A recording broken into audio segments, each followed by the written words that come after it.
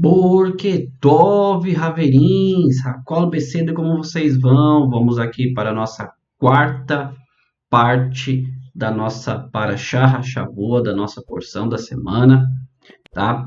Nós estamos aqui no livro de Bamidbar, em hebraico, em português é o livro de Números, tá?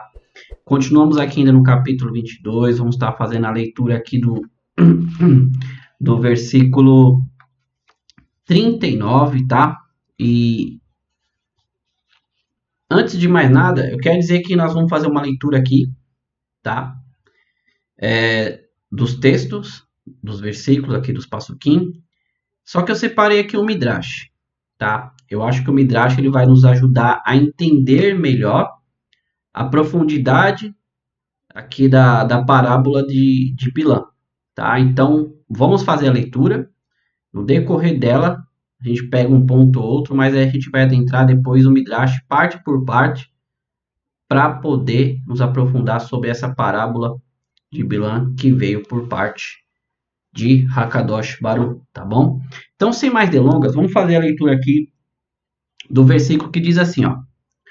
Vai ele Bilã in Balac, né? E caminhou Bilã juntamente com Balac, tá? Vai avou Kiriat Hutso, ou seja, eles chegaram, né? E chegaram ali a Kiriat Hutso, tá? Vai Isbal Balac Bacá Vatson, ou seja, e sacrificou, né? Ali o que? Balac, Bacá, Vatson, gado e ovelha. Vai Shilá, Lebilã, Velassarim, enviou a Bilã e aos príncipes, Axé, Otô, que estavam com ele, tá? Como eu sempre digo aqui, é uma tradução que eu faço aqui literal do próprio texto, tá? Pego aqui as palavras e faço a tradução no literal. No português, quando você vai pegar uma Bíblia, aí você vai ver que eles adaptam mais para a linguagem do português. Aqui eu faço tradução literal do texto, tá? Para você entender o que realmente o texto hebraico está tentando dizer, porque nem a tradução que a gente traz aqui, ela é aquela tradução ao pé da letra mesmo, tá bom? Porque toda tradução, ela não é 100% ali fidedigna, tá? Então eu tento trazer aqui dentro das nossas palavras aqui em português a melhor tradução possível para nós entender realmente o que o texto original ali hebraico está querendo nos dizer, tá bom? Então, nós entendemos aqui que justamente o seguinte, que Bilã foi ali com Balac, chegaram ali a Kiriat, né, Hutso, e ele abateu ali, né, ele sacrificou ali, tá, gados, né, do rebanho ali, como ovelhas, tá, e enviou ali aos mensageiros justamente de Balac, tá? Então nós vemos aqui que esse primeiro versículo começa o processo que Bilã e Balac vão usar para tentar ver se acha, eu vou usar até o termo assim, há uma brecha em Israel para os amaldiçoados, tá? O versículo 41, ele continua então fala assim, ó: Então pela manhã Balaque pegou Bilã e levou a Baalmot, né? Bamot Baal. E de lá ele viu parte do povo, né? Ketserraam. Ele viu ali parte do povo, tá? Não viu todo o povo. Bilã disse a Balaque: Construa para mim 7 altares aqui e prepare 7 touros e 7 carneiros para mim, tá? Daqui eu quero trazer para vocês a tradução do hebraico, porque na verdade não está escrito para ele construir, né, ele criar, desenvolver ali 7 altares. Por quê? Na verdade, Abraham construiu 4 altares. Isaac construiu um altar. E Yaakov, né, Israel, construiu mais 2. No total são 7 altares, se você for pegar todos os textos ali corretamente, tá? Então, o que Bilã fez, na verdade, aqui foi ele levantar, né, os 7 altares ali que já haviam sido levantados pelos patriarcas anteriormente, para falar para Deus assim: olha, Deus, cada um, Abraão levantou 4, Isaac levantou um e Jacob levantou 2. Eu estou levantando os 7 todos de uma vez, tá? Para ti. Balaque fez como Bilã pediu. Balaque e Bilã ofereceram um touro e um carneiro em cada altar, tá? Bilã disse a Balaque: fique com a sua oferenda queimada aqui e eu sairei para caminhar. Talvez aconteça de Deus aparecer para mim e me mostrar algo que eu possa dizer para você, né? Então ele saiu sozinho, né? A palavra aqui, no caso aqui, chefi, né? Vai ler chefi, ou seja, no hebraico, você vai entender o quê? Que ele saiu sozinho, não tinha ninguém o acompanhando, ele estava ali, vamos colocar assim, meio quando uma pessoa ela está se sentindo só, tá? Então essa é praticamente a tradução aqui da palavra, até Onkelos aqui, conforme Irache comenta, né? O termo significa calma, tranquilidade, já que não estava acompanhado por nada além do silêncio. Aí vem aqui o versículo 4 e diz assim: vai, cara Elohim El Bilan, tá? E quer dizer o quê? Aconteceu, né? Vai cá, ou seja, aconteceu assim, trata-se de uma expressão que significa casualidade, tá? Bilan, Vaiomé Elav, né?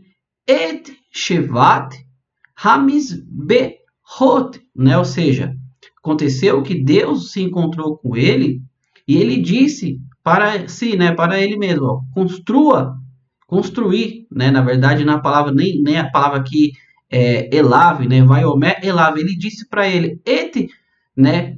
Shevat Hamizbehot, né? Ou seja, eis 7 altares, né? Você vai pegar nas Bíblias aí, tá escrito assim, construir. Na verdade, não é construir, não está escrito aqui que ele construiu, tá assim, Elav, Vaiomé Elav, ele disse, né?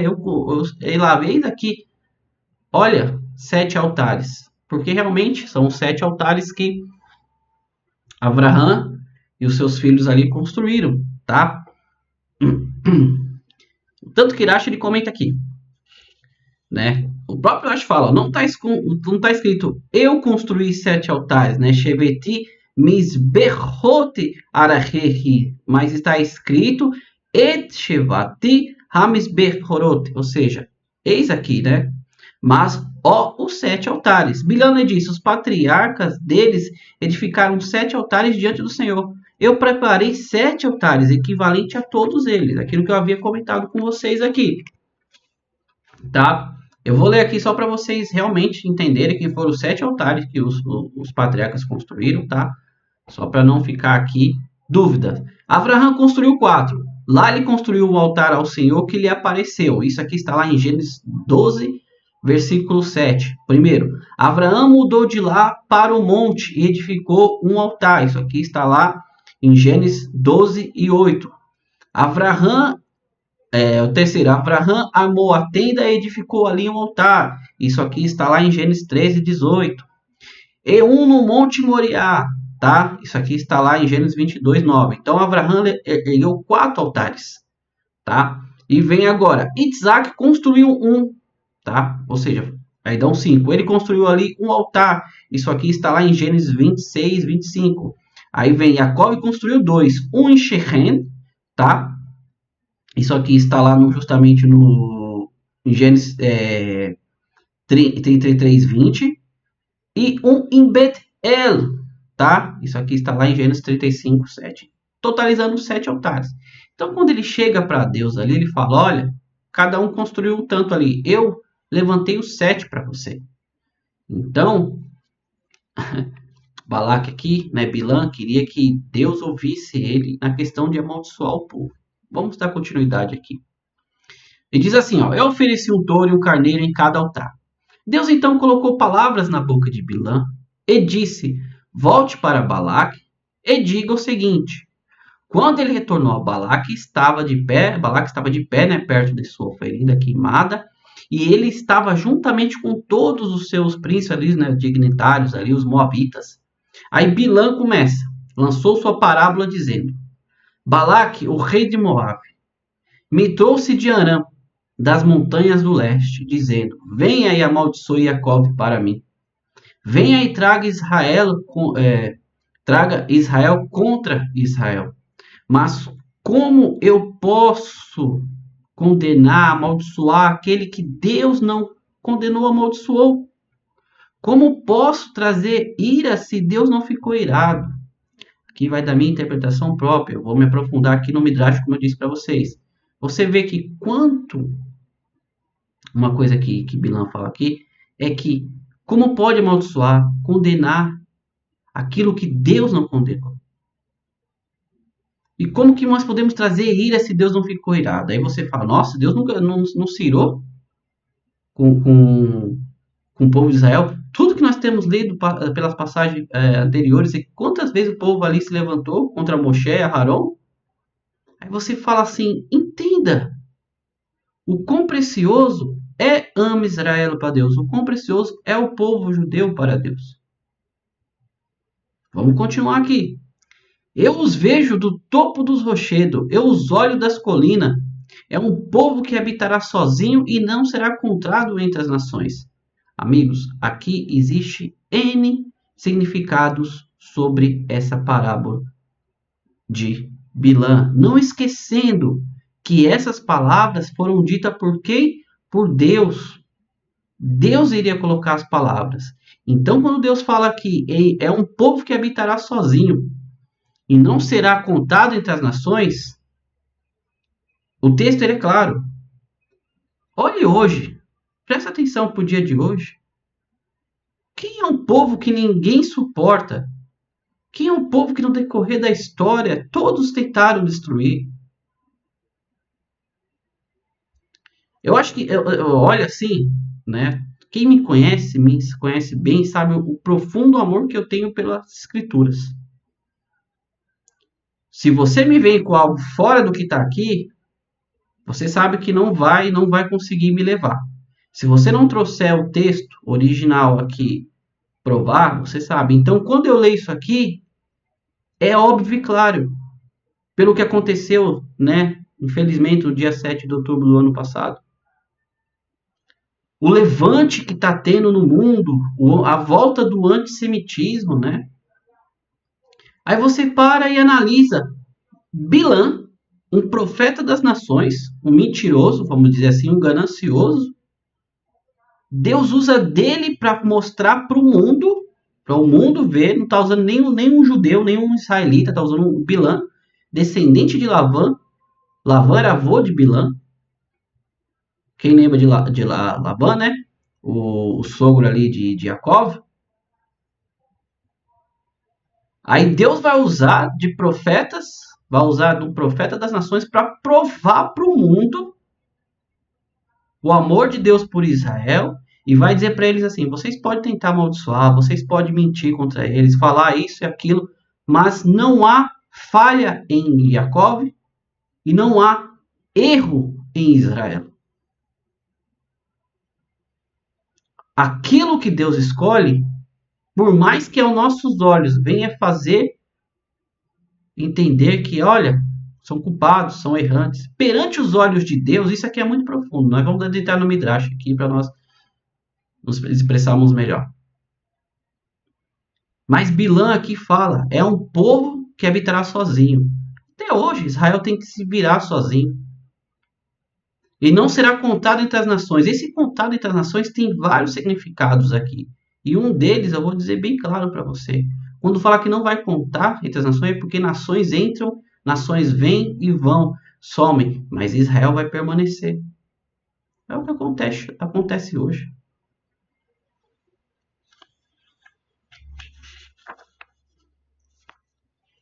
Quem contou o pó de Jacó? Ou o número de uma das divisões de Israel? Possa minha alma morrer a morte dos justos, e que meu fim seja como o dele. Olha só, por tudo que Israel fez, Moshe passar, Deus se irá falar morrer a morte do justo. Quer dizer que todos aqueles que morreram eram justos perante Deus. Aí eu trago para vocês aqui o que eu sempre tento trazendo dentro do meus shiurim aqui, das minhas aulas. Não existe condenação. Se Deus, né, apagou, matou, mandou matar parte do povo ali por causa das suas transgressões, aquilo era para o seu próprio bem. Aquilo ali era para o seu próprio bem. Morreram como justos. Vão ter oportunidade de se corrigir. Isso aqui é um assunto muito profundo. Para quem não conhece Kabbalah e Hassidut, não sabe que maldições, elas são disfarçadas, na verdade são bênçãos. Isso é um assunto muito, muito profundo.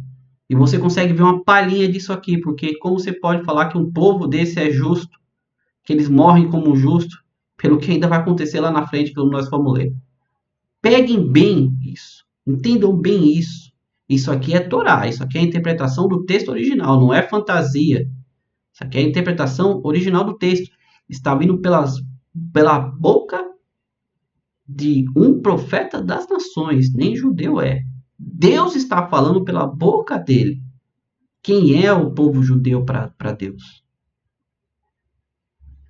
Balaque disse a Bilão: o que você me fez? Eu trouxe você para amaldiçoar meus inimigos e você os abençoou. Eu não sou cuidadoso para dizer somente o que Deus põe na minha boca? Ele respondeu. Bilão falou: é o que Deus colocou na boca dele. Não existe nada contra o povo judeu. Não existe nada contra Israel. Não existe nada que a pessoa fala, ó, Israel. Não, Vou usar o contexto de hoje. As pessoas têm aquela ideia errônea de achar que o povo judeu é cego porque não entendeu algo, ou isso, aquilo. Amigo, é o contrário. Eles não são contados entre as nações perante Deus, eles são separados. As nações vêm e vão, mas o povo de Israel permanece. Deus não vê mal nenhum. Deus não amaldiçoa. Aí você, hoje, com o seu pequeno conhecimento, vem pegar mais de 3 mil anos de história e você quer cancelar por causa da sua intelectualidade, do seu achar que... Vamos aqui para o Midrash para a gente terminar, para nós não nos alongarmos tanto, tá? Eu separei aqui esse Midrash, porque eu acho ele extremamente interessante aqui para o nosso contexto, tá? Eu vou ler assim, ó. Fala-se sobre a primeira bênção, né, as primeiras bênçãos aqui de Bilã, tá? Começa assim, ó. As bênçãos de Bilã estavam encobertas com parábolas poéticas, e ele proclamou: Balaque, rei de Moabe, trouxe-me Aram das antigas montanhas, dizendo: venha e amaldiçoemos. Maldiçoe para mim Jacó, e venha e desperta a ira de Deus contra Israel. Aí o Midrash ele fala assim: o profundo significado das palavras de Bilã era: você, Balaque, e eu somos os mais ingratos dos homens. Por quê? Ambos devemos nossas vidas ao povo judeu. Isso é profundo. Se você não para estudar a Torá, estudar a Bíblia, você não vai entender. Como que eles devem as suas vidas aos judeus? Como então você pode trazer Midian Aram para amaldiçoá-lo? Foi nesse exato local que seu patriarca Jacó ficou com o patriarca Labã. Antes da chegada de Jacó, Labã não tinha filhos. Nascia apenas por causa do mérito de Jacó. Então Bilã fala: Balaque, preste atenção. Foi nesse local que o seu patriarca Jacó ficou com o patriarca Labã. Por quê?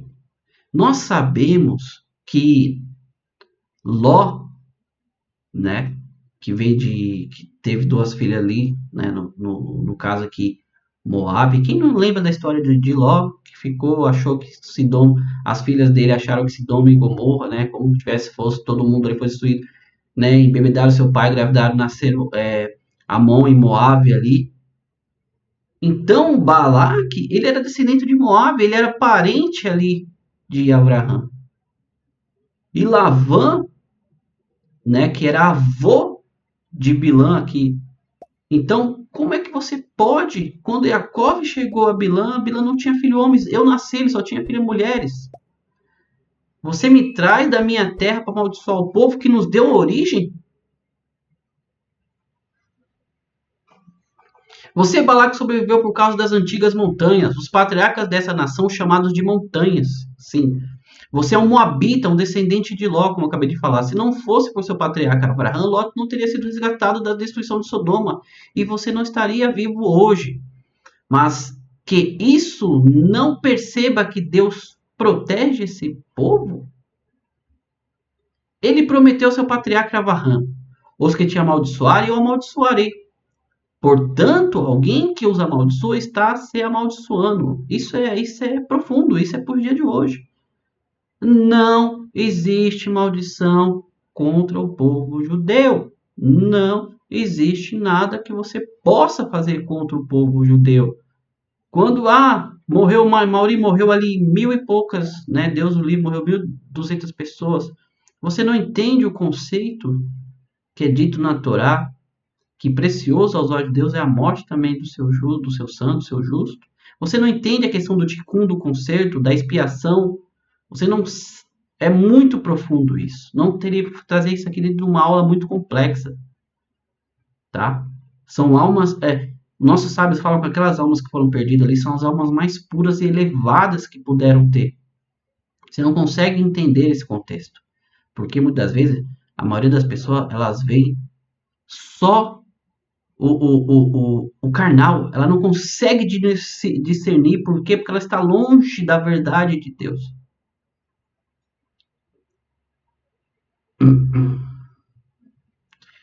Aí ele fala assim: quando você diz venha amaldiçoe Yaakov para mim, na verdade você está dizendo venha amaldiçoe-me a mim. Como posso amaldiçoar enquanto Deus não amaldiçoa, mas ao contrário ele o abençoa? E como posso despertar a de Deus contra ele se Deus não está irado? Parece que Deus abençoa os judeus mesmo quando merece a maldição. Assim de que vale a tentativa de amaldiçoar os judeus se Deus não deseja que eles sejam amaldiçoados? Isso é muito profundo. Das afirmações acima de Bilã, podemos discernir seus pensamentos em seu coração. Implorava a Deus que deixasse pronunciar a maldição. Ou seja, Midrash fala aqui que na verdade ele estava tentando de todo jeito amaldiçoar. Mas Deus, no entanto, frustrou suas intenções e assim ele proclamou que ninguém poderia amaldiçoar essa nação. Bilã decidiu então encontrar culpa e defeito nos patriarcas. Falou: então vamos lá atrás, já que a gente não consegue amaldiçoar essa atual geração, vamos voltar nos seus patriarcas para que o mal recaia sobre né, os judeus por causa deles, porque foi esta sua primeira, né? Porque foi essa sua primeira maldição. Duas pessoas, né? Ele vem aqui e conta uma história. Duas pessoas entraram na floresta para derrubar uma árvore. O mais tolo começou a podar um galho após outro. Um trabalho bastante tedioso, né? Você pega uma árvore ali e começa a podar, né, pequenas partes. O mais esperto reiniciou, né? Reiniciou ali, ele pensou, raciocinou.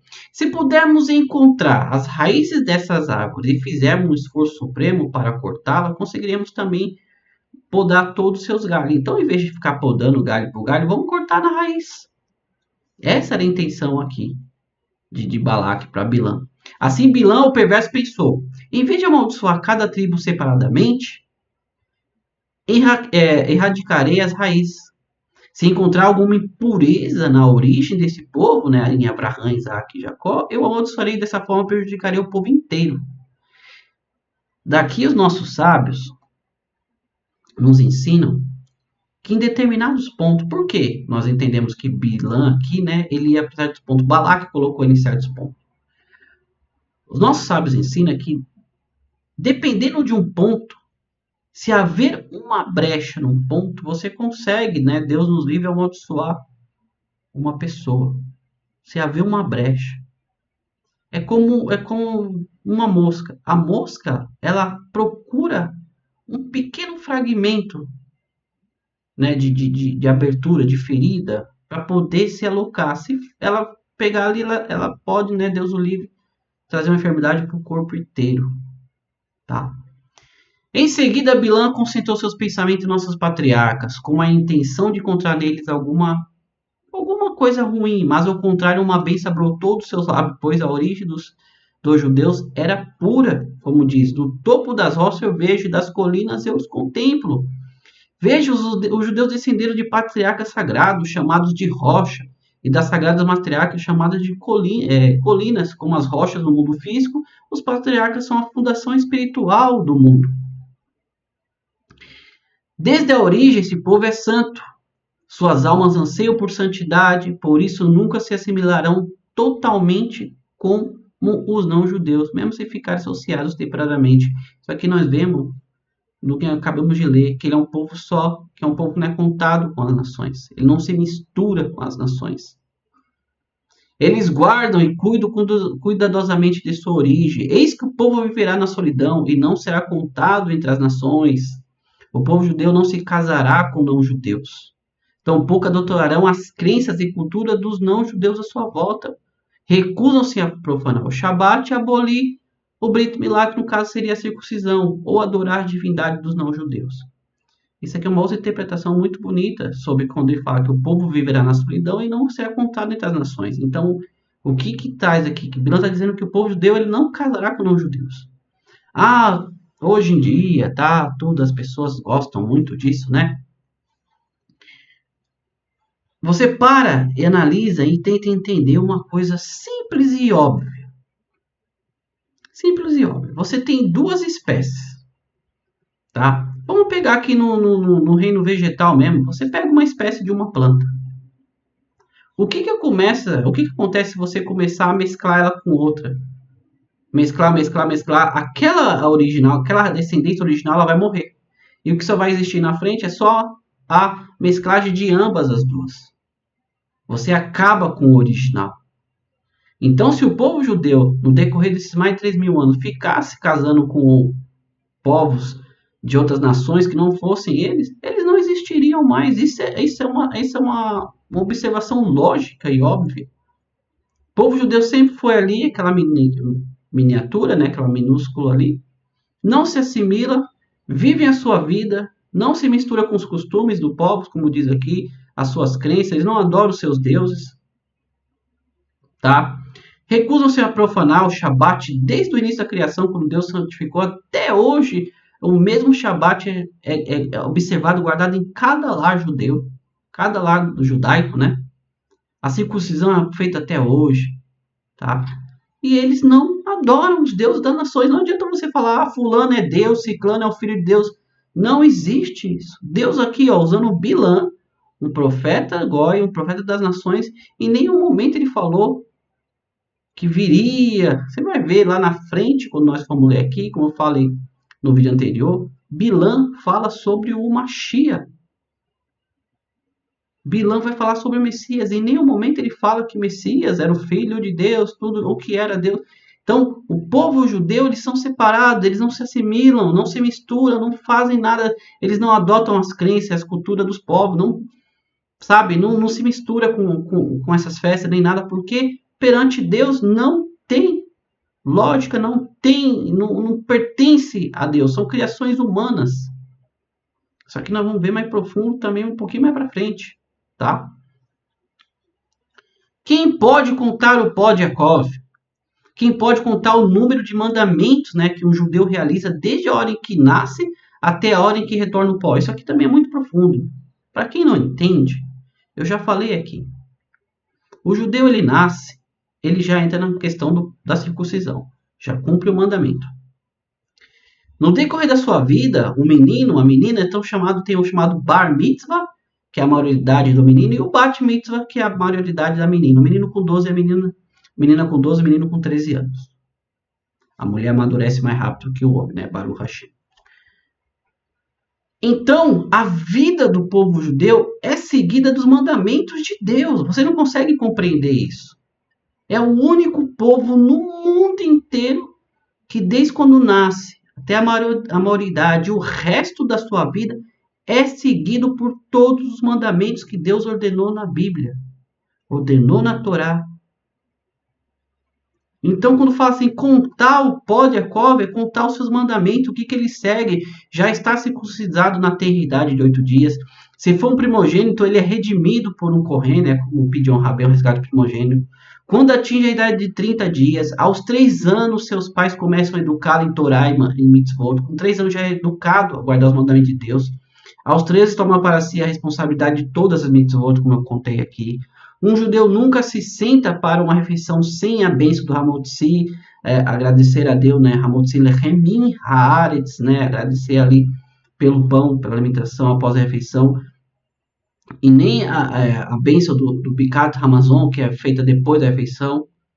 Ou seja, vocês não conseguem entender. Quando eu falo vocês é porque eu sei que o público aqui não é judeu. Mas quem está chegando aqui, entenda uma coisa. O judeu, desde a sua tenridade até a sua maioridade, ele é seguido pelos mandamentos de Deus. A vida dele é regida por isso. Então não tem como você achar uma brecha no povo judeu para amaldiçoar. Ah, nós acreditamos em Deus, sei lá, no seu filho, o que for. Mas você, no decorrer de toda a sua vida, você faz o que você quer. Você age como você quer. Você transforma, muitas das vezes, Deus o livre, algo que é da Torá, fala que Deus aboliu, fala que não é assim, que não é assado.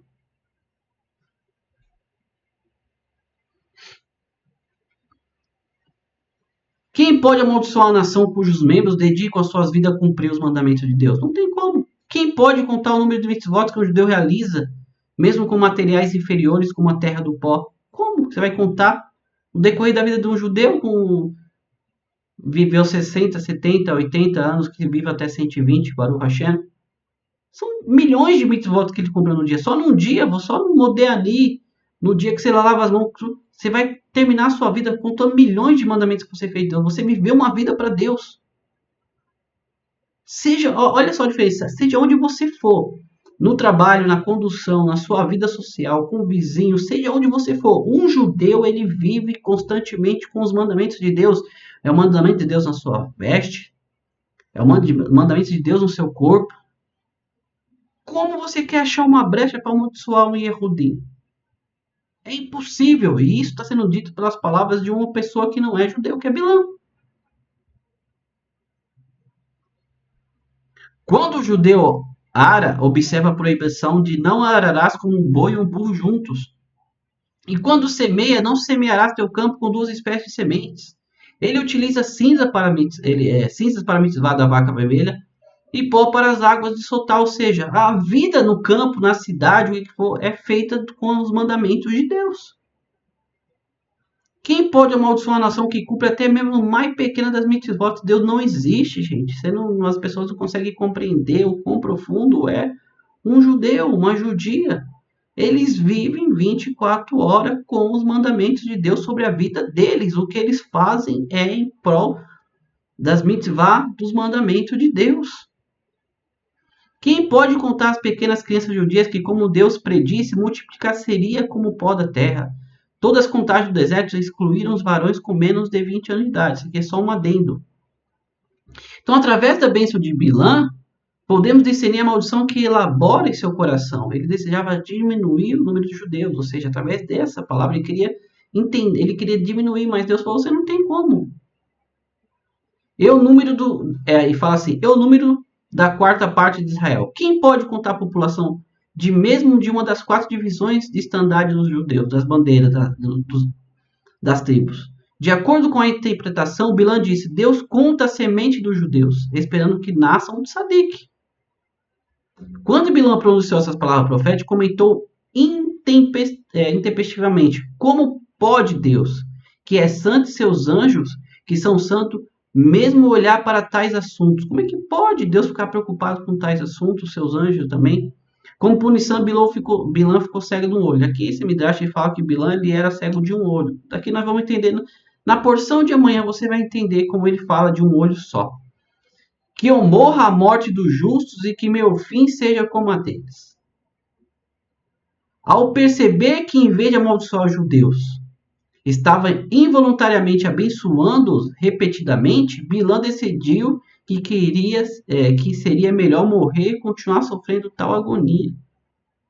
Entretanto, o espírito de profecia que falava através de seus lábios também elevou esses pensamentos. Ele encontrou o pedido da morte dos justos e virtuosos que entrassem no paraíso depois de partir desse mundo. Então, nós vemos aqui que o Midrash ele fala que Bilã, na verdade, queria amaldiçoar, procurar alguma coisa ali nos justos. Porém, no seu coração, na sua palavra ali, que Deus ele ansiava morrer a morte dos justos. Tá? E daqui o Midrash fala assim: este é um dos versículos no quais a Torá escrita expressa uma crença fundamental. Na verdade, o que? De que a alma continua a existir depois da morte física e que os justos tzadikim experimentam a plenitude e felicidade eternas no paraíso. Por isso, Bilã teria desejado a morte dos judeus justos.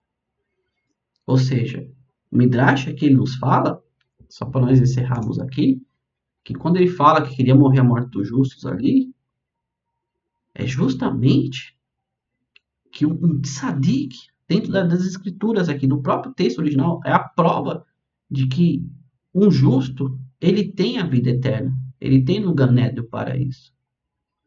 E Bilã ali profetizando isso, que eles entrassem em paz. Mas que ele também queria morrer a morte com os justos. Tá, meus amigos? Esse é todo esse Midrash que nós podemos falar aqui hoje.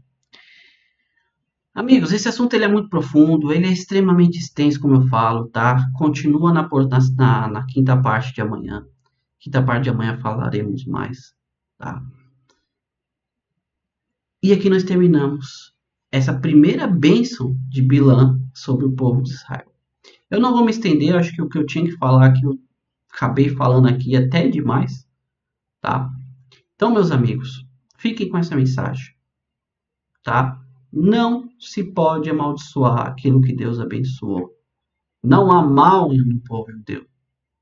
Não pode fazer Deus irar-se contra quem não está irado, contra o povo judeu. Tá?